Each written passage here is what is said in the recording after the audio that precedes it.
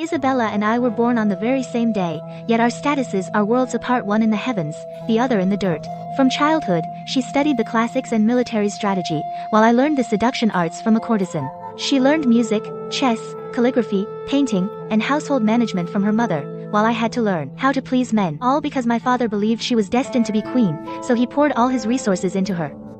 Yet, to everyone's surprise, Isabella and I were both captured by bandits. According to the bandits' demands, only one of us could be rescued. Mother saved Isabella, but her reputation was ruined, forcing her into a lowly marriage.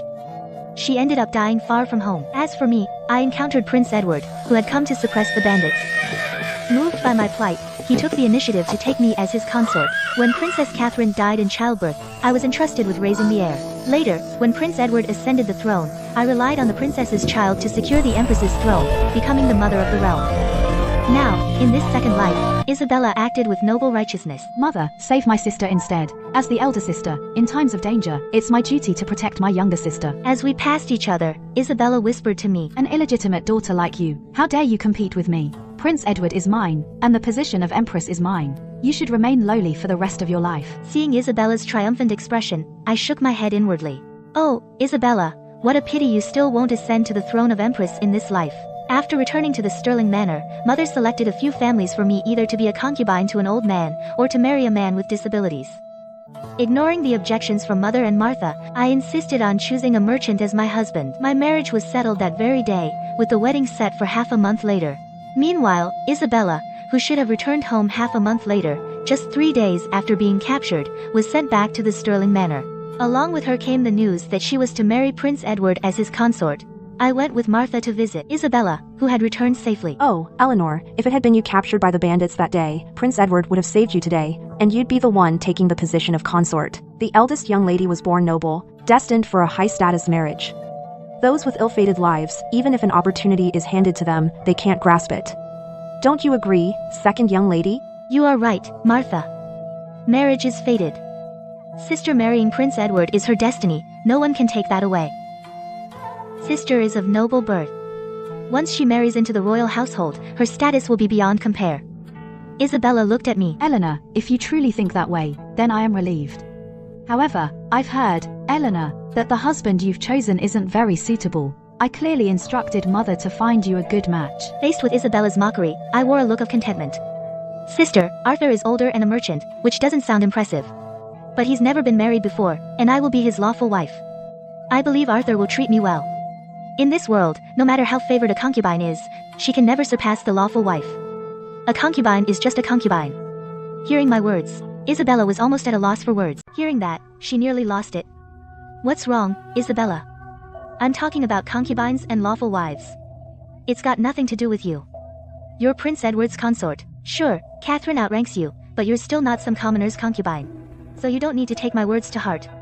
Isabella's face twisted, itching to teach me a lesson. I could have dodged it, but Martha stepped in front of me. Isabella's slap landed squarely on my face. Second young lady, I've told you time and again. Think before you speak, not just shoot your mouth off. You should be apologizing to the young lady, not. No need for apologies. I am the elder sister. How could I possibly hold a grudge against my little sister? But that's only within these household walls. Once Eleanor and I are both married, our status will be worlds apart. When you speak then, sister, you'd better choose your words very carefully. Otherwise, as Prince Edward's consort, I'll have no choice but to punish you properly. Watching Isabella strut away with her entourage, I turned my swollen face to Martha, but she showed not a hint of pity or regret. Instead, she scolded me. Second young lady, I am deeply disappointed in you. After all these years of raising you, you still don't know your place. I scoffed. Oh, you've certainly always known your place. And where has that gotten you? Sending your own daughter to be a maid, blindly obeying the mistress and the young lady, never questioning right or wrong. What did you gain from it? You're still just a concubine. Martha, I refuse to end up like you. Martha's calm expression turned deathly pale at my words. That wounded look of hers would make anyone think I'm the villain here, but I'm long past the age of pitying her. Now, I only care about myself. Isabella's so focused on mocking my lowly status, yet she still let slip her fear of me. If she truly didn't care about me, then why after I was kidnapped by bandits, have our mother arrange a marriage for me as soon as possible? She's just afraid my presence might catch Prince Edward's eye. Now that she's secured my marriage, with nothing left to worry about, she flaunts it right in my face. But you know what, Isabella? You were right about one thing. After we're married, there will be a gap in our status. Not only is your dream of being empress shattered, you'll have to call me Eleanor. In my past life, after Isabella married Xiao Mo Sheng, in less than half a month, she followed him on an assignment away from the capital. From then on, she wasted away in some remote place, never setting foot in the capital again. Isabella only knew that Edward would become king in 2 years. She knew I'd use Catherine's child to secure the empress position, but she never knew how Edward managed to claim the dragon throne. She didn't know that behind Edward stood his uncle Arthur, pulling the strings from the shadows. And she certainly didn't know this uncle's current identity was just a common merchant that everyone in the capital looked down on. On the surface, I was Edward's consort, living in luxury in his mansion. But in reality, just 3 months after entering the mansion, Edward used me as a pawn and gave me to that uncle. The uncle's true identity was Arthur Thorne, the carefree prince. He was the king's full-blooded younger brother. He always hated court disputes, stayed away from politics, and preferred doing business. His only wish was to be a carefree prince. To avoid the court's troubles and to secretly make his moves, he deliberately created a fake identity, Zhou Taian. To the outside world, he was just an ordinary merchant from the south. But no one knew his merchant caravans spanned the entire Great Zhou continent. Salt, iron, silk, tea, and horses. He had a hand in every trade. His wealth was beyond measure. To say his wealth rivaled the nation's treasury was no exaggeration. Edward was able to stand out among the many princes, step by step, and finally claim the throne, all thanks to Arthur's continuous financial support. Without that backing, Edward would have been just one of the many princes, utterly unremarkable. He'd have had no chance at the throne. And I, as the one Arthur placed by Edward's side, using the pretext of educating Edward's heir, after Edward became king, naturally became the empress. I became the mother of the nation. But the glory of that throne was merely a path Arthur had laid out for me. In my previous life, Arthur was almost 30, and still hadn't taken a wife. Not even a concubine in his manor. Once, under the moonlight, while we shared a drink, slowly swirling his cup, his gaze calm, he told me why. I never cared for court politics. I just wanted to live free. Why would I let my brother, the king, control my marriage? But he kept pushing me, day in and day out. The old ministers at court joined the chorus, forced me to find a way to put them off. Right. With that in mind, Arthur proposed to many official families in the capital.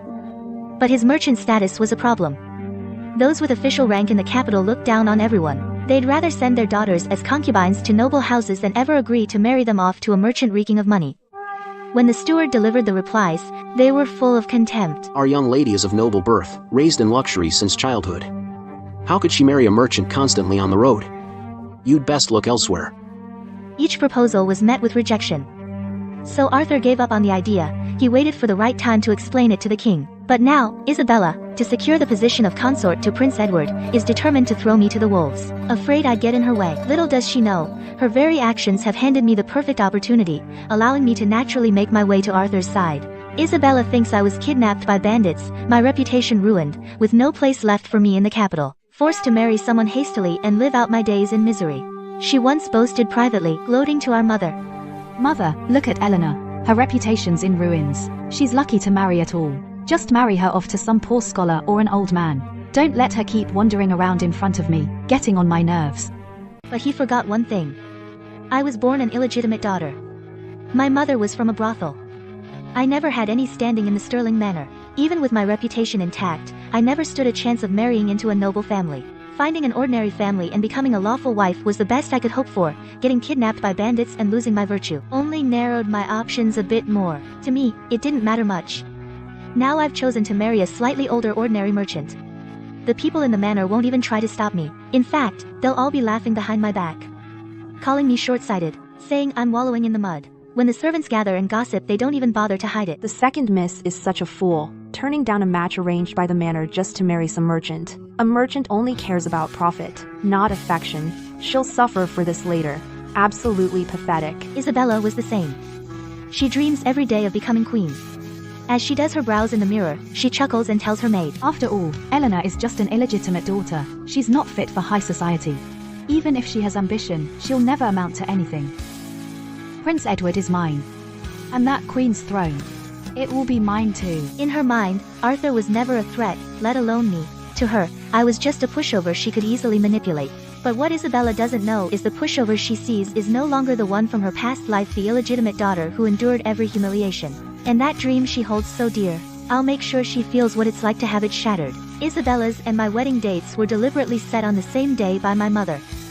Holding Isabella's hand, she said with a beaming smile. Isabella, you and Eleanor marrying on the same day so the Sterling Manor can share in the double joy. It's just, you're marrying His Highness, Prince Edward, a man of royal blood. She could never compare. After today, she won't even deserve to be mentioned in the same breath as you. Hearing this, Isabella's smile widened. She thought our mother was deliberately making me look bad at her wedding feast. Let's see if this legitimate sister is really that much more noble than her illegitimate sister. On the day of the wedding, the Sterling Manor was decorated with lanterns and banners, a truly festive scene. Isabella was dressed in a magnificent crimson wedding gown woven with golden phoenix patterns. Her hair was adorned with a gold phoenix hairpin inlaid with pearls. In her eyes, there was pure smugness and arrogance. She stood in the corridor, looking at the simple wedding gown I was wearing. Chin held high, she spoke to me with a tone of contempt. Eleanor, just look at you. Marrying a mere merchant, you don't even have a proper wedding gown, that coarse cloth. How dare you wear it in public? Compared to me, you're not even close. As soon as she finished speaking, my personal maid, Qinghe, came forward holding a dazzling crimson wedding gown. She approached me. The gown was embroidered with golden thread, depicting a pattern of 100 birds paying homage to the phoenix. The eastern pearls adorning it were each perfectly round and lustrous. Under the sunlight, they shimmered with a soft glow. Every stitch was the work of the capital's most skilled embroiderers. Absolutely exquisite. Isabella's face instantly darkened. Her eyes were filled with shame, anger, and jealousy. She shot me a fierce glare and said through gritted teeth, "How pathetic. He's just a merchant with no power or influence. He doesn't even know not to flaunt his wealth. Showing off for a moment's glory. With a little money, he thinks he's better than everyone. No matter how extravagant, can he compare to His Highness, Prince Edward? Prince Edward is of true dragon bloodline, a noble of the highest order. How can a man who reeks of money, a mere merchant, even be mentioned in the same breath?" Seeing the unconcealed vexation in Isabella's eyes, I understood in my heart, she must be regretting it. Regretting that she agreed to my marriage with Arthur. She originally thought I would marry a poor, powerless old man. Today, she'd get a good laugh at my expense. She wanted to make me lose face in front of all the guests and humiliate me, but she never expected that Arthur would prepare such a precious wedding gown for me. It's just a pity that it's too late for regrets now. I raised my hand to adjust the collar of my wedding gown. My tone was calm, even carrying a hint of consolation. Now, Isabella, don't be angry. After all, this is Arthur's first marriage. I'm marrying him as his one and only lawful wife. He cares for me, and can't bear to see me wronged. And with his modest wealth, he naturally wishes to make the wedding grand and magnificent, so everyone knows he's taking me as his wife. But Edward is different. He already has a lawful wife, the proper mistress of the prince's household. Isabella, although you are a consort, the royal protocols are clear, the hierarchy is strict. Even if he wanted to give you a grand wedding, he would never dare overstep the bounds. He can't let a consort outshine the lawful wife, can he? My words left Isabella speechless. Her chest was heaving, her eyes burning with intense malice. You're begging for a beating. How dare you slander me like that? Today, on Mother's behalf, I'm going to teach you a lesson, you ignorant, illegitimate daughter. On my wedding day, if I stepped out with a swollen, red face, the Thorne family would be disgraced. That's exactly what Isabella wants. But I won't let her have her way. I grabbed Isabella's wrist. Please don't be angry, Isabella, it's my fault for misspeaking. My stupid mouth upset you. I beg for your forgiveness. Today's supposed to be a happy day. There are so many guests here to witness the ceremony. Isabella, you now represent Prince Edward. If you resort to violence in public, word will spread. And people will surely say the prince failed to discipline his wife. They'll say that as the prince's consort, you're intolerant, narrow-minded, and petty. Wouldn't that ruin both your and the prince's reputation? It's not worth it. Seeing the guests looking over, whispering among themselves, she still put on a brave face. I'm disciplining my illegitimate sister. It's my right. It's a family matter. Who dares to gossip about it? Besides, I married His Highness, Prince Edward. You married a common merchant. Our places are clear. That's insubordination, talking to me like that. I could beat you to death right now, and no one would bat an eye. No one in this world dares interfere with Prince Edward's consort. You're right, Isabella. Insubordination deserves punishment. As I said that, I shoved her hand away and slapped her across the face. The guests fell dead silent. She never expected that I'd dare, in front of so many guests, to lay a hand on her. How dare you hit me? Isabella covers her face in shock. Her eyes are wide with disbelief. The matriarch arrives with a concubine in tow. They rush over. She sees Isabella's swollen cheek. The matriarch roars. Guards! Seize her! How dare you, striking your own legitimate sister? This is lawless. A group of servants immediately surrounds me. Each one looks menacing. I stand my ground, staring at them coldly. At this critical moment, a group of eunuchs in palace attire enters the room. The lead eunuch holds a bright yellow scroll. His gaze sweeps the room with authority. By decree of the Emperor, the second daughter of Richard Sterling, Eleanor Sterling, is virtuous, kind, gentle, and dignified, and is most pleasing to us. She is hereby betrothed to our brother, the carefree prince, Arthur Thorne, as his consort. She is granted the title of consort of the carefree prince, so be it. The eunuch finishes reading the decree. A long, stunned silence hangs in the air. Everyone stands frozen in place. Isabella's face turns deathly pale. She staggers on her feet. Impossible. How could she become the consort of the carefree prince? And Arthur, how is Arthur the carefree prince? A smile curls my lips. My eyes brim with amusement. I rise gracefully. I accept the decree with both hands. Today marks the joyous occasion for His Highness and myself. A small token for your trouble, eunuch. Please accept it. Please share in our joy, and thank you for making the journey. You've worked hard. You're too kind, you're too kind. Congratulations, consort. Our sincerest congratulations. For His Highness, the carefree prince, to marry a lady such as yourself is truly a match made in heaven. This humble servant wishes that you and His Highness may be forever of one heart, enjoy a harmonious union for 100 years, and be blessed with a noble son soon. The auspicious hour is here. The groom has arrived to fetch his bride. Arthur's palm is warm. He firmly holds my hand. He looks down at me. His eyes are full of tenderness. I look up at him. A smile dances in my eyes. I'm sorry you had to endure that. From now on, I'm here for you. No one will dare to bully you. I nod gently. I let go of all my grievances and resentment. At this moment, they all vanish into thin air. I should have been locked in the woodshed and beaten to death. Instead, I am being led by the hand by Arthur, the carefree prince. Step by step, we walk toward that exquisite, magnificent 8-man sedan chair. 2 daughters from the Sterling Manor got married on the same day. One married Prince Arthur as his principal wife, enjoying unimaginable prestige. The other became a consort to Prince Edward, facing restrictions a world apart. For a time, it was the talk of the capital. Everyone in the streets was buzzing with gossip. Hey, have you heard? The second daughter of the Sterling Manor, who seemed so unremarkable, turned out to be lucky. She leapt to become Prince Arthur's wife. As for Isabella, she schemed her way, only to end up as a mere consort. Man proposes, but heaven disposes. On the day of the bridal visit, I wore the formal court robes of a princess consort, a red gold phoenix crown inlaid with pearls on my head. I sat in the seat of honor in the main hall of the Sterling Manor, receiving for the first time the bows of everyone present, including my father and mother. They bowed respectfully. Long live the princess consort. Gone were all the past disdain and neglect. Their eyes were filled with awe. Even Prince Edward personally accompanied Isabella. His face wore a polite yet hypocritical smile. Holding Isabella's hand, he walked up to me. Isabella risked her life to save Eleanor, willing to trade her own life. Such profound sisterly affection is truly touching. With this debt of gratitude, from now on, you sisters should visit each other more often. Look out for one another, and deepen your bond. Isabella forced a stiff expression on her face. She walked up to me and curtsied in greeting. Her voice was strained, laced with unconcealed venom. Greetings, Eleanor. After the guests and servants had withdrawn, and only Isabella and I remained in the main hall, she finally dropped her pretense. Her true, vicious nature was revealed. Her eyes were full of malice. Gnashing her teeth, she said, You did this on purpose. This was all your scheme. You knew all along that Joe Tyan was Prince Arthur, didn't you? You just wanted to see me humiliated. You wanted to embarrass me. You vicious, illegitimate daughter.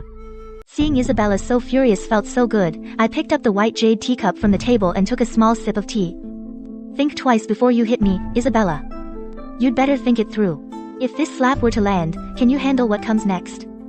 I'm the princess of Xiaoyao now, part of the royal family. My status is above yours. You're just a consort to Prince Qi. Hitting me in public is insubordination. At best, you lose your title and get sent to the cold palace. At worst, Prince Qi gets implicated and slapped with a charge of disrespecting the royal family. So think about it, Isabella. Is slapping me worth that price? Mother and Martha rushed over and stopped Isabella just in time. Isabella, don't act recklessly. Mother looked anxious, afraid Isabella would ruin herself and the Sterling Manor. I stayed perfectly calm, munching on crystal grapes. Mother is the steady one, so reasonable. Isabella, after all those years of noble upbringing, music, chess, calligraphy, painting, obedience, propriety, the manor invested so much in cultivating you. Where did all that go? You're too harsh, Your Highness. The consort just lost her temper. She wasn't herself. Her hand was sore. She was just stretching it. No offense meant. Please be gracious and forgive her. Oh, really? I smiled, stood up, and walked over to Isabella. a flicker of mockery in my eyes. Out of nowhere, I raised my hand and slapped her twice, hard. Even harder than last time. Her cheeks swelled up instantly, finger marks clear as day. I shrugged my shoulders, feigning innocence. Sorry about that, Isabella. I'm just not in a good mood. My hand's just so sore. I accidentally bumped into you. Please don't be mad at me. Just think of it as a slip of the hand. I hope you'll forgive me. Isabella was trembling with rage. She pointed at me, but couldn't utter a single word. She was fuming but powerless. The resentment and bitterness in her heart was practically overflowing. Her eyes darted, hatching a vicious plan. She directed all her anger toward Martha. She pointed at Martha and started yelling. You always seem so honest and proper, so meek and submissive. Who knew you had so many tricks up your sleeve? You actually helped her plot against me and my mother. How dare you? You need to be taught a lesson. Today, I will teach you a proper lesson. Still not satisfied, she raised her hand and slapped Martha. Martha staggered and fell to the ground. She grunted in pain but dared not fight back. And Martha, aside from that initial cry, didn't make another sound. Isabella looked at me provocatively, as if to say, I can't touch you, but I can still touch your birth mother. When Isabella finally stopped, Martha got up from the floor. She knelt back down properly and apologized to Isabella and the madam. This humble one is foolish. This humble one is guilty. This humble one deserves punishment. I should not have displeased the eldest miss. I beg the eldest miss and the madam for forgiveness. Then, she actually raised her own hand and started slapping her own face. The slaps landed on her cheeks, making sharp, crisp sounds. In no time, Martha's face was swollen and red. Blood even seeped from the corner of her mouth. It was a horrifying sight. Martha's actions made Isabella even more smug. She thought, even if I became Arthur's wife, my birth mother would still be a concubine she could bully at will. And I would still be that low-born illegitimate daughter, forever beneath her. She stepped closer and whispered. So what if you succeeded in your scheme this time? What does it matter? He's just Arthur. Arthur has no military power or authority. He's just an idle prince. He can't stir up any real trouble. But Edward has a real chance at the throne. The future of the empire will belong to Edward. If you're smart, you'll bow down to me now. Obey me obediently, and I might let bygones be bygones. When Edward ascends the throne, I might even save a place for you. Otherwise, even if I can't touch you, your mother and your young brother will suffer unimaginable torment. I have plenty of ways to torture them. To make your life a living hell. Looking at Isabella's arrogant and domineering face, she thought she could use my mother and brother to control me. She thought I would lower my head for them, compromise and submit to her. Unfortunately for her, she miscalculated. Her actions actually played right into my hands. I was looking for an opportunity to get back at Edward and Isabella. To make them pay dearly for their actions. There was quite a commotion in the main hall. The noise quickly spread to the front hall. Father! Prince Edward! Arthur rushed over. As soon as Arthur entered, he saw Martha kneeling on the floor, and Isabella, her face filled with fury. His expression darkened. He strode quickly to my side, and tightly grasped my hand. What's going on? Did someone give you trouble? Tell me. I'll make it right. Seeing Martha kneeling on the floor, Father frowned deeply. What is all this? This was supposed to be a pleasant bridal visit. How did it turn into such a scene? Why are you punishing yourself?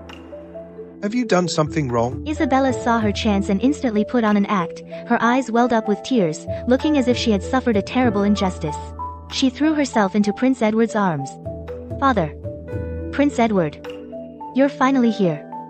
Just now, Martha was walking and accidentally bumped into me. She even injured my face.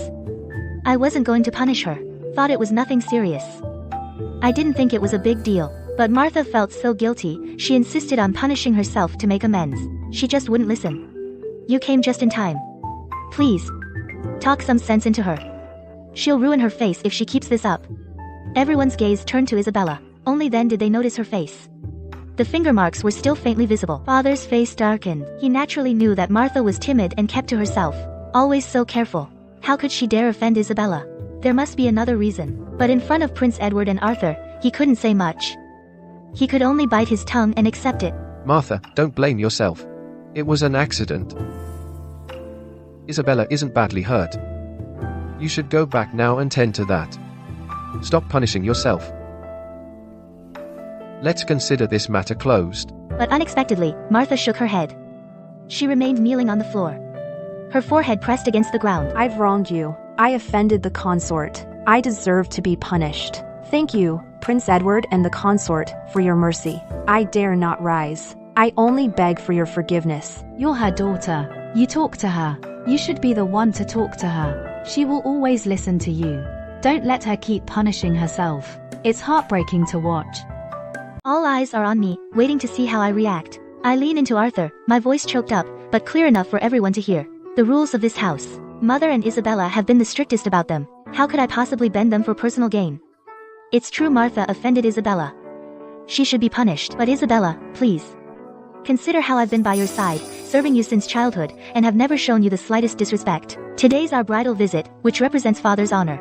It breaks my heart to see this. After all, she is my birth mother. The moment I speak, my words imply, with every syllable, that Martha isn't punishing herself, but is being punished by Isabella. Father's already unpleasant expression turns as dark as a thundercloud. He never expected that Isabella would dare, in front of Arthur and Edward, to bully Martha so brazenly and even lie to everyone. She's brought utter shame upon the Sterling Manor. I've heard the eldest daughter of Sterling Manor is renowned for her virtue. Known for her charity, always setting up soup kitchens to aid the poor. The whole capital praises the young lady's kindness and noble demeanor. Turns out it was all an act. A complete hypocrite. Today, I accompany my wife on her bridal visit, and she dares to openly humiliate an elder. Who knows how arrogant she's been within the manor all along. Don't worry, Eleanor. From now on, with me by your side, let's see who dares to bully you. Arthur's words land, like a thunderclap, ringing in everyone's ears. Terrified, father trembles, then raises his hand and slaps mother, knocking her to the ground. Without a care if she's hurt, father then drops to his knees, pressing his forehead to the cold floor. He says in terror, I will certainly rectify our family's discipline, strictly oversee everyone in the manor, and ensure this never happens again. I beg for your highness's forgiveness. Your Highness, please calm your anger. This was my negligence. I failed to discipline my daughter properly. It has nothing to do with consort Isabella. The fault is mine alone. I am willing to accept any punishment from your Highness. On your knees. He never expected Isabella to be this foolish. Not only did she fail to win over Eleanor, but she also caused this scene, completely offending Arthur, and cutting off a major source of support. Kneel and apologize now. Do you have any idea what you've done? If today's events anger Arthur, none of us will get out of this unscathed. Isabella's eyes burned with resentment. Arthur, Eleanor, my wife was out of line. She was thoughtless, and she offended both you and Martha. I apologize on her behalf. I only hope that you, Arthur and Eleanor, can find it in your hearts to forgive her, just this once. After I return, I will discipline her severely. She won't dare do it again, Martha. About what happened today, I owe you an apology. It was Isabella's fault. Please be understanding. Don't hold it against her. I heard your youngest son is studying at Crestwood Academy. I happen to have a recommendation slot for the Grand Academy. This slot is incredibly rare. There are only a handful in the entire kingdom. Let your son attend the Grand Academy. That way, he can have a better future. I was secretly thrilled, but on the surface, I pretended to hesitate. Thank you for your generous offer. But my brother, he's just average. A bit of a troublemaker. He only cares about eating, drinking, and playing all day. I'm afraid he's not cut out for the Grand Academy's coursework, and waste your kindness. That would only put you in an awkward position. You're being too modest. A gemstone needs polishing to shine. Even a rough stone needs careful carving to become a great vessel. I believe your brother is naturally bright. He just needs a proper chance. At the Grand Academy, with renowned teachers guiding him, and good friends accompanying him, he's sure to succeed, and become a pillar of the state, serving the kingdom. I smiled without speaking. Both Edward and Mr. Sterling are pillars of the state. Let this be a lesson. Keep your households in line. Follow the rules. Don't let this happen again.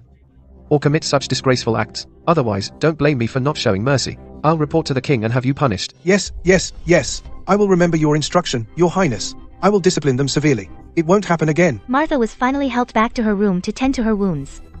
Before she left, she paused. She turned and bowed to me. The look in her eyes had changed. Probably thanking me for securing that spot for her son. Little does she know that under her daily lessons of playing it safe and enduring silently, of passive acceptance, her son has long been ruined. He's timid, and lacks ambition. He only cares about eating, drinking, and playing all day. He's simply not cut out for studying. Even if he enters the Grand Academy, he'll achieve nothing. It'd just be a waste of a precious slot. I don't need to do anything. I can just watch Martha taste the bitter fruit she sowed. This is what she gets for constantly currying favor with the legitimate wife and Isabella, while neglecting her own children. My whole act was just exploiting Edward's need for Arthur's support. I pressed him step by step, forcing Edward himself to hand over that Grand Academy slot and use it. That's all. The Grand Academy is a top-tier and neutral power on the continent. It boasts exceptional faculty, and its graduates are everywhere. It's not governed by the Great Joe. Even as the Prince of Qi, he only has this one recommendation slot. It's extremely precious. In my past life, this Grand Academy slot actually secured for the Prince of Qi the support of the reclusive master, Julian. Julian possessed the talent to govern the world. He knew everything, was a brilliant strategist, yet cared little for fame or fortune. He lived in seclusion, detached from worldly affairs. His only wish was for his nephew to enter the Grand Academy to study, to achieve success. For his nephew's future, Julian finally accepted the Prince of Qi's invitation. He emerged to assist the prince, offering counsel and strategies, guiding him through difficulties. In my past life, with the governance strategies and precise plans provided by Julian, and with Arthur providing a continuous flow of financial support, the Prince of Qi became unstoppable. Among the many princes, he stood out effortlessly. He was named Crown Prince. After the old emperor passed away, without lifting a finger, he ascended the throne. He ruled the world. But in this life, Isabella was utterly foolish. She exposed our discord in front of everyone, causing the Prince of Qi to completely offend Arthur. He lost Arthur, that powerful ally, and the prince's only Grand Academy slot was given to my hopeless little brother as an apology, missing out on Julian, the assistance of that great mind. It's as if I've completely cut off the Prince of Qi's right-hand men. Their dream is about to shatter. After the bridal visit, I completely returned to the regent's manor. I began living a carefree, leisurely life. Arthur doted on me endlessly, showering me with affection. All matters in the manor, big or small, were mine to decide. The servants were all respectful and courteous. No one dared look down on me, a consort of lowly birth anymore. Not long after, the manor physician confirmed that I was pregnant. When Arthur found out, he was overjoyed. He immediately ordered everyone in the manor to serve me carefully, and ensure I suffered no grievances. Even when I went for a walk, maids and footmen followed closely. They carefully supported me, terrified I might bump or fall. With my pregnancy, I cared even less about the trivial matters of the Sterling Manor and the Prince of Qi's estate. My sole focus was on resting well, peacefully awaiting the child's birth. I enjoyed this rare stability and happiness. Little did I expect. A few months later, I unexpectedly received a plea for help that Isabella had someone secretly deliver to me. The handwriting was scribbled, full of panic. Every single word pleaded for me to save her life. Soon after, my mother showed up at the regent's residence and brought Martha along. They begged to see me. I'm begging you, you and Isabella are both from the Sterling Manor. If she prospers, we prosper. If she falls, we all fall. Now Isabella is at Prince Edward's residence, and she's landed herself in serious trouble. Please, for the sake of your sisterly bond, ask the regent to step in. Go talk to Prince Edward, and beg him to let her off this time. I'll get on my knees for you. My lady, please save the young mistress. If the young mistress is gone, the Sterling Manor is done for, and all of us will be doomed too. Please, have a heart. Save her. In our next life, we'll be your humble servants to repay your kindness. Watching the two of them wailing and carrying on like that, I felt nothing. I wasn't about to agree. My mother and Martha were telling a one-sided story. They only said Isabella had caused trouble, but refused to say what it was all about. Besides, I was the one Isabella had bullied mercilessly all those years. The predicament she's in now is all her own doing. Why would I foolishly agree to save her? Mother, Martha, please get up. The floor is cold, you might catch a cold. Besides, I'm with child. I shouldn't have to see such weeping and wailing. What exactly has Isabella done? You might as well tell me straight. If it's a minor matter, I might be able to do something. But if it's serious, even if the regent stepped in, there's nothing he could do. After all, the law shows no mercy. They hemmed and hawed, avoiding my gaze. They still refused to explain the situation clearly. I didn't push them further. Instead, I had them settled in a side courtyard to await news. Then I sent someone to the front hall to wait for Arthur to come back. Once Arthur was done with court matters and came back to the manor, I told him everything about Isabella's plea for help and how my mother and Martha came begging for mercy. Hearing this, Arthur's face fell. Then he filled me in on the whole story in detail. After hearing it, I was even more convinced that Isabella was completely clueless. She was practically asking for it. Turns out, after the bridal visit, Edward was furious at Isabella. Not only had she failed to get on my good side, but she'd also completely pissed off Arthur, costing him Arthur as a powerful ally. This threw a wrench in his plans to take the throne, so he started giving Isabella the cold shoulder. He stopped visiting her chambers and cut off all her rewards. Even the servants followed suit, giving her the cold shoulder too. Life in Prince Edward's manor suddenly became a living hell for Isabella. Then, to make matters worse, word got out that Catherine was pregnant. This sent Isabella into a panic. She couldn't sit still, couldn't eat, and couldn't sleep. Even though in my past life, Catherine died in childbirth, I used her son to secure the throne. Isabella just couldn't believe that a child with no blood relation could be counted on. She was obsessed with the idea. that only by bearing her own child could she secure her place in Prince Edward's manor. Only then, when Edward took the throne, could she secure her position through a son, become queen, and enjoy the supreme glory that came with it. So she hatched a wicked plan, a two-pronged approach. On one hand, she targeted Catherine. She bribed one of Catherine's young maids. She planned to tamper with Catherine's food, slipping in medicine to cause a miscarriage and make her lose the child. On the other, she tried every way to get close to Edward. She dolled herself up every single day, lurking around the study and garden that Edward frequented, hoping to win Edward's favor, and conceive a child. But Isabella's schemes were too clumsy and couldn't withstand scrutiny. The maid she'd bribed was timid and clumsy. She was quickly caught by the meticulous Catherine, who noticed something was off. Catherine played it cool, followed the clues from the maid and investigated thoroughly. In the end, she had all the proof. Isabella's plot was completely exposed. There was no denying it. This sent Prince Edward into a rage. He was already furious about Isabella offending Arthur. And now, she actually dared to plot against a royal heir. That's a crime punishable by the execution of the entire family. Prince Edward immediately ordered that Isabella be locked away in the remote west wing of the manor. She was forbidden to leave, and no visitors were allowed. It was like being banished to the cold palace, with no hope of ever returning. If it weren't for my marriage to Arthur and this family tie, with Prince Edward's saving face for him, Isabella's plea for help would never have reached me. The day she was caught, she would have been given poisoned wine by Prince Edward. I never intended to save Isabella in the first place. And now, knowing it was her own foolishness, Daring to plot against Catherine and the royal heir. I felt even more that she brought it upon herself. Her death would be no loss. So when Mother came to me again, pleading through tears for me to save Isabella, I refused outright. My tone was icy, showing no mercy. My sister committed the capital offense of harming a royal heir. Saving her would implicate the entire Stirling manor. Weigh the consequences. You should know what decision to make. Hearing my words, Mother shuddered. The color drained from her face instantly, turning as pale as paper. She stared at me blankly, her lips trembling, but unable to utter a word. After a long silence, finally, she could only rise to her feet, utterly devastated, and left without a word from Arthur's manor.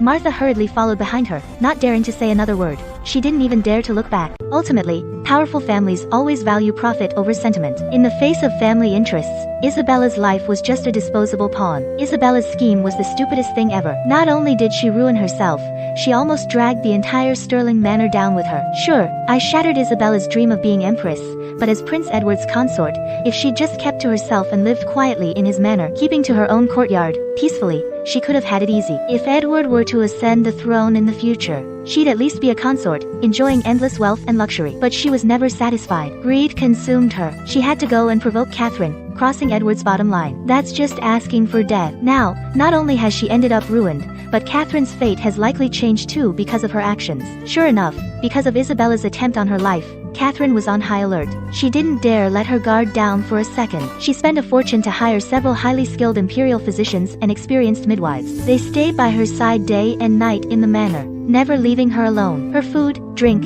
and daily routine were all inspected by specialists. They guarded her tightly, leaving no room for anyone to strike. A month later, Catherine gave birth successfully. Not only did she avoid dying in childbirth like last time, but she actually gave birth to Edward's firstborn son. She secured her position through a son, and locked down her place as princess consort. Edward doted on her even more, with showers of gifts. Catherine's maternal family was a prominent noble clan in the court, with immense influence. Now, because Catherine bore the legitimate heir, their power grew even stronger. Their voice in the court carried more and more weight. Isabella's whole little stunt truly backfired spectacularly.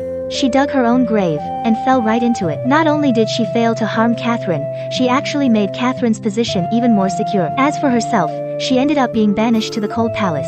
Serves her right. But what made me curious was that, when Arthur and I were invited to the full-month banquet for Edward's son, I unexpectedly saw Isabella, who should have been confined to the West Wing and forbidden from going out. She was dressed in lavish attire, adorned with elegance, following beside Edward, with a smile on her face. It looked as if she had regained her former favor. This left me utterly perplexed. Soon, I found out what Isabella had actually done to make Edward relent, release her again, and even restore her status as a consort. It turned out that Isabella, in desperation, had revealed her secret of rebirth, and her ability to foresee the future and laid it all out, telling Edward. The full-month banquet for Edward's son was held with great extravagance. Edward's mansion was decorated with lanterns and streamers, filled with guests, and the clinking of cups created a lively scene. All the royal relatives in the capital and noble families came to offer their congratulations, making it a spectacular sight. I was pregnant and my body felt heavy. Arthur noticed my pale complexion and immediately stood up, taking my hand. If you're tired, just say so. Let's go back to the manor and rest. Don't exhaust yourself and the baby. I nodded gently and was about to take my leave from Edward with Arthur, but then Isabella suddenly jumped out from the crowd and hurried over to my side. Her face wore a false, ingratiating smile as she spoke in an intimate tone. Eleanor, long time no see. Keep me company for a chat. It won't take long. I was indeed curious about what Isabella had done, so I nodded. I said to Arthur, Arthur, I'll just have a few words with Isabella. I'll be back soon. Don't worry. Don't push yourself. If she dares to give you a hard time, just call for me. Isabella dragged me into a secluded corner. She let go of my hand, and the smile disappeared from her face. She jabbed a finger at me and snapped. Eleanor, we're supposed to be sisters. Blood is thicker than water. Yet when I was trapped and suffering, stuck in the West Wing, living a nightmare, and begged you for help, you just stood there and watched. You left me for dead. How could you be so heartless? Back at the Sterling Manor, you claimed you didn't mind that I took the chance to become Edward's consort. All of that was a lie, wasn't it? You just hate me for taking Edward from you back then, and hate that I was about to become queen, so you used your power to get back at me, and left me for dead. Suddenly, Isabella let out a triumphant laugh. She lifted her chin high, like she'd already won. Too bad. Even if you won't save me, I can save myself. How do you think I managed to escape that damp, cold West Wing, and how I won back the prince's favor? I told Edward that I have this power of foresight. I can see what's coming. Edward didn't believe me at first. Thought I was crazy. So I told him about a few things that were about to happen, and every single one of them came true. Edward had to believe in my foresight after that. I even used it to help him win over many allies. I helped him befriend key officials at court. I paved the way for his rise to the throne. Edward now desperately needs this ability of mine. With me at his side, his path to the throne will be smooth sailing. That's the only reason he took me back. I can't wait to watch you waste away and die in that little courtyard, until not even your bones are left. Hearing Isabella boast about her foresight, I couldn't help but feel a chill run down my spine. All I could think was how incredibly foolish Isabella was. How could she be so stupid as to reveal her greatest secret, her only edge, so easily like this?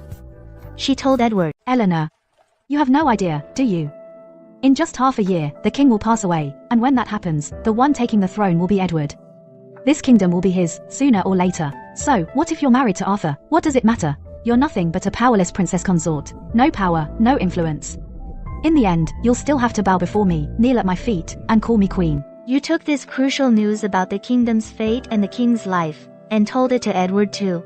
Edward is the true heir, destined to rule. In the future, he will become the master of this nation. I told him this news early on, so he could plan ahead, make arrangements in advance, and prepare to ascend the throne, right? We can't just wait until the king passes away to scramble around, letting other princes seize the opportunity. That'd be a total disaster, wouldn't it? At that point, I couldn't stand listening to Isabella any longer.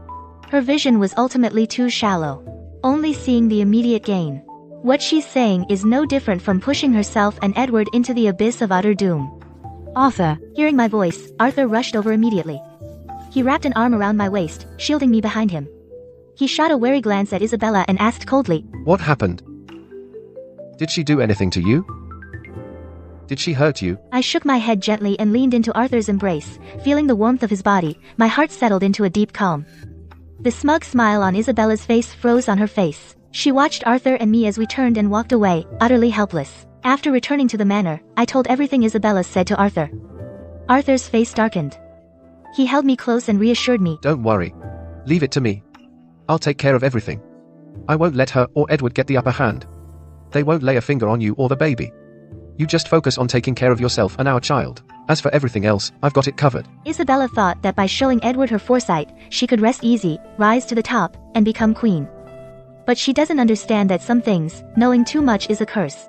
In the face of imperial power, not a single emperor would tolerate someone who can foresee his death and the fate of his kingdom. The mind of an emperor is not something a sheltered woman like her can fathom. At this time in my previous life, Catherine had already died in childbirth, leaving behind a helpless newborn heir. Although the heir was raised as my own, my family background was weak.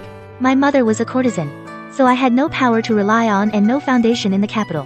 Even when Edward became emperor, I was made empress, and the heir was made crown prince. Neither the heir nor I had much influence. over state affairs. We were entirely at Edward's mercy. Moreover, with Arthur's financial support and Julian's strategic assistance, Edward was smoothly made crown prince. After the old emperor passed away, he ascended the throne without any obstacles and ruled the empire. But now, not to mention that Edward, because of Isabella, completely offended Arthur and lost his financial support, and also because he used the Grand Academy's recommendation spot on my younger brother, he missed out on Julian's assistance. Without these two major pillars of support, Edward's path to the throne is already fraught with difficulties. Just take Catherine for example. She didn't die in childbirth like in my previous life. Instead, she successfully gave birth to Edward's eldest son. She secured her position through a son and firmly established herself as his lawful wife. Catherine's family was already a prominent clan in the court, with immense power and followers all over the empire. Now, because Catherine gave birth to a legitimate son, their power has grown even stronger, and no one can shake it. If Edward becomes emperor, Catherine will definitely be empress, and their son will be the legitimate crown prince. Then it is very likely to lead to interference by maternal relatives, with the imperial power falling into their hands, and state affairs controlled by them. This is something that no emperor can tolerate, let alone the king. When His Majesty first took control of the throne, he suffered greatly from interference by maternal relatives. They controlled him for years, and he nearly lost the throne. That's why he's got this deep, burning hatred festering inside him. With a threat this obvious clearly laid out before him, for Edward to think he could become crown prince in 6 months is nothing short of delusional. A complete fantasy, wishful thinking, at best. But Isabella, blinded by her own ambition, let the glory of becoming empress cloud her judgment. She outright told Edward that the emperor would die in 6 months, and that he would smoothly ascend to the throne. Having already witnessed Isabella's foresight, Edward would do what? The answer's obvious. Painfully obvious. He'd be drunk on the prospect of the throne. He'd secretly recruit troops, form cliques for personal gain, win over court officials, seize control of the capital's military, and stockpile supplies. Then, once the emperor breathes his last, he'd immediately seize the palace and usurp the throne. What do you call that? Treason. An unforgivable, heinous crime. According to the laws of the Great Show, it warrants the execution of the entire family, extermination of the 9 clans, with no chance of redemption. Isabella thought her words were just between her and Edward, a private secret, done in complete secrecy. What she didn't know was that in this world, walls have ears. Every secret plot she and Edward hatched in the mansion, word for word, by spies Arthur had planted there. Every last word. They reported it all to Arthur, and to His Majesty. Her so-called foresight was nothing but a blade sending her and Edward to an early grave. It will lead them to utter ruin. 6 months flew by in the blink of an eye. Just like that. But to everyone's surprise, the king not only didn't die, but thanks to the care of the imperial physicians, he got better and better. He was full of energy, and even personally returned to court to handle every matter of state. His mind was sharp, his decisions decisive. Not a single sign he was about to pass on. This, however, threw Edward into a total panic. He'd spent 6 months plotting in the shadows, pouring a fortune into men and materials. He built his own faction, raised an army, and stockpiled supplies, all just waiting for the king to die. But instead, the king not only lived, his health grew even stronger. All his plans had turned into a joke. What terrified him even more was his treasonous plots had already left clues. One wrong move, and it would all come crashing down. Everything Isabella had predicted never came true. Instead, they'd gotten hold of ironclad proof of his treason. Arthur had long gathered evidence of Edward's treason, compiled it, and presented it to His Majesty. The proof was solid, witnesses and physical evidence all there, impossible to deny. When the king learned of this, he was livid. That ungrateful son. How dare he betray me? I treated him well, made him the Prince of Qi, gave him fertile lands and grand estates, and yet he harbors such wolfish ambition. He dares to covet my throne? He deserves to die 10,000 times. His death won't be enough to atone. He immediately ordered the imperial guards to raid Prince Edward's mansion. Everyone inside, young and old, was taken. Edward was thrown into the royal dungeon, sentenced to die after the autumn. Isabella, as Edward's consort, was implicated in the treason, an accomplice to his crimes. She was also dragged to the dungeon and sentenced to die with him. Overnight, the Sterling Manor collapsed, its followers scattering. It was utterly ruined, with no hope of recovery. In the dungeon, Isabella went completely insane.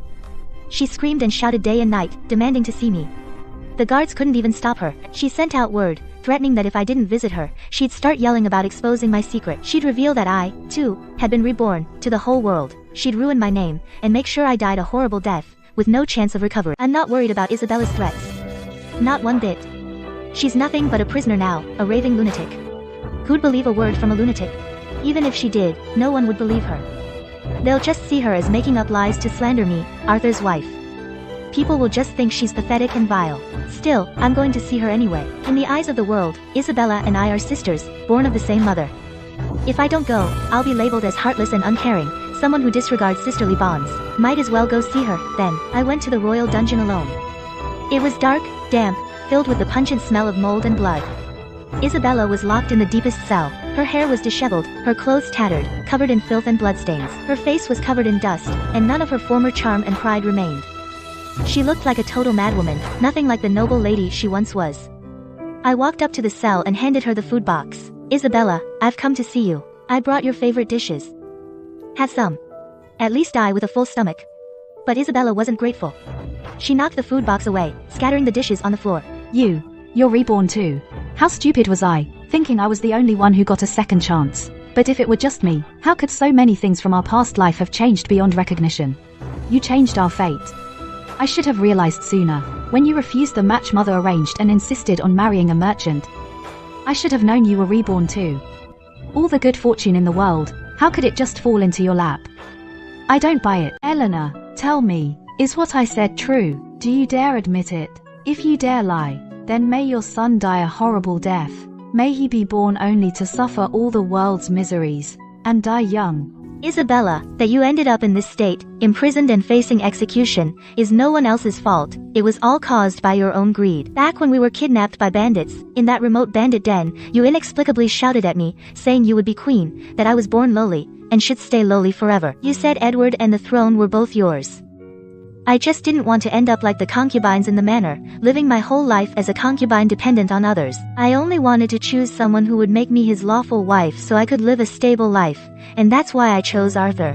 What wrong did I ever do that you would go to such lengths to scheme against me, pushing me at every turn, and trying to wipe me out? I am determined to ruin you. You should have died in that bandit den, should have married some poor old man, and lived a miserable life forever. Even in death, I'll drag you down with me. Even if we reach the underworld, I will never let you, an illegitimate daughter, monopolize all the glory. I am the true, legitimate daughter of the Sterling Manor, the treasure our parents cherished. And you are just a lowly illegitimate daughter, born to a courtesan. But why is it that in both lifetimes, I can't surpass you? Why do you always get everything I want? Why is that? Looking at her hysterical state, I felt nothing but cold indifference. Then I slowly asked, why must you always compare yourself to me? You're the legitimate daughter. Since the day you were born, you've had the best of everything in this world. Father hired the finest tutors for you, mother taught you music, chess, calligraphy, painting, and household management. Everyone in the manor treated you with respect. Even without comparing, you've already surpassed me 1,000 times over. So why are you so obsessed with having to outdo me in everything? Isabella, let me give you one last piece of advice. Contentment brings happiness.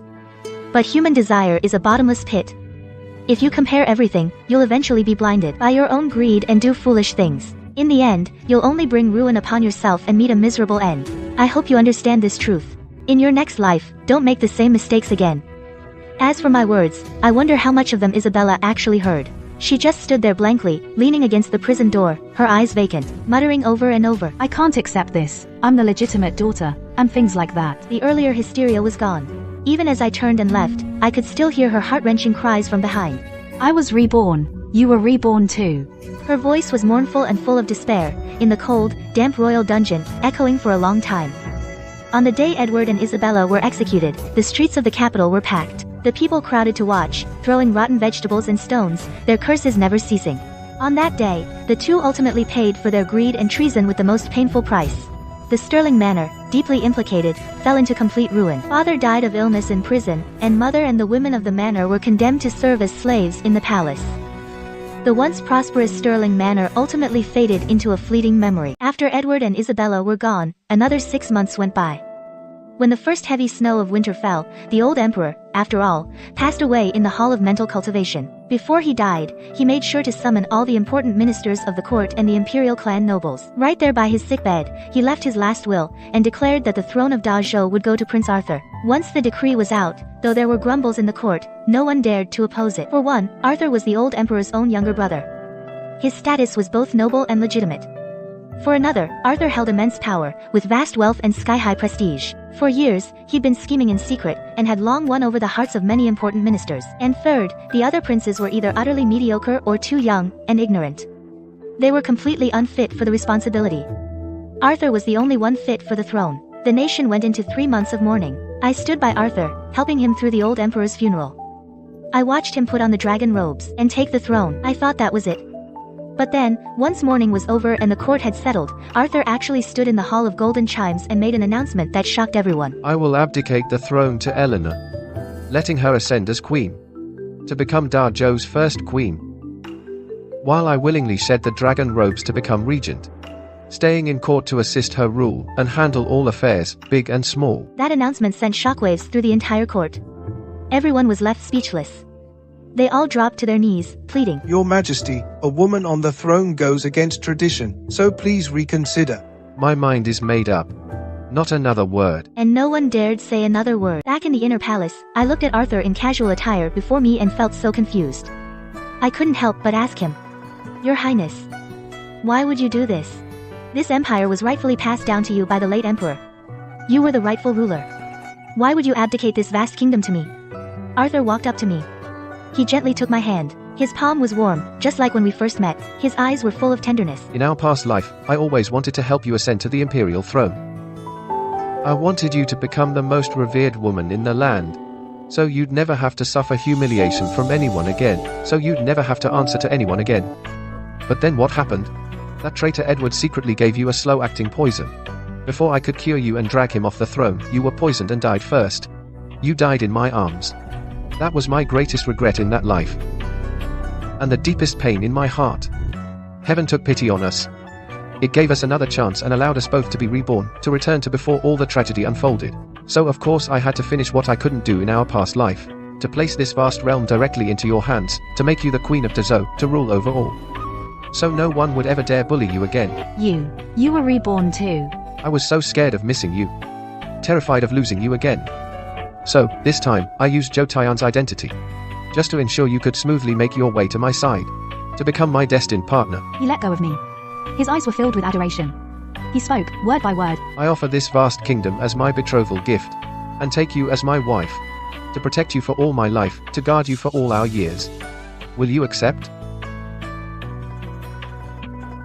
Satisfied. Oh, I'm more than satisfied. It's just. I was just thinking, since I'm now the Queen of Dajo, possessing this vast realm, wielding the power of life and death, couldn't I select a few more handsome prince consorts to keep me company in the palace? As soon as the words left my mouth, Arthur's face darkened. It seems I've been too indulgent with you, leaving you with the mind to think of other men. That's my fault. Today, I'll make sure you remember well exactly who is your one and only husband. Your Highness, I was just joking. Don't take it seriously. Getting intimate in broad daylight is against royal decorum. I absolutely must not act so improperly. Decorum? I've already ordered the Ministry of Rights to change the rules. From now on, the rules of Darjo are up to you, and you are up to me.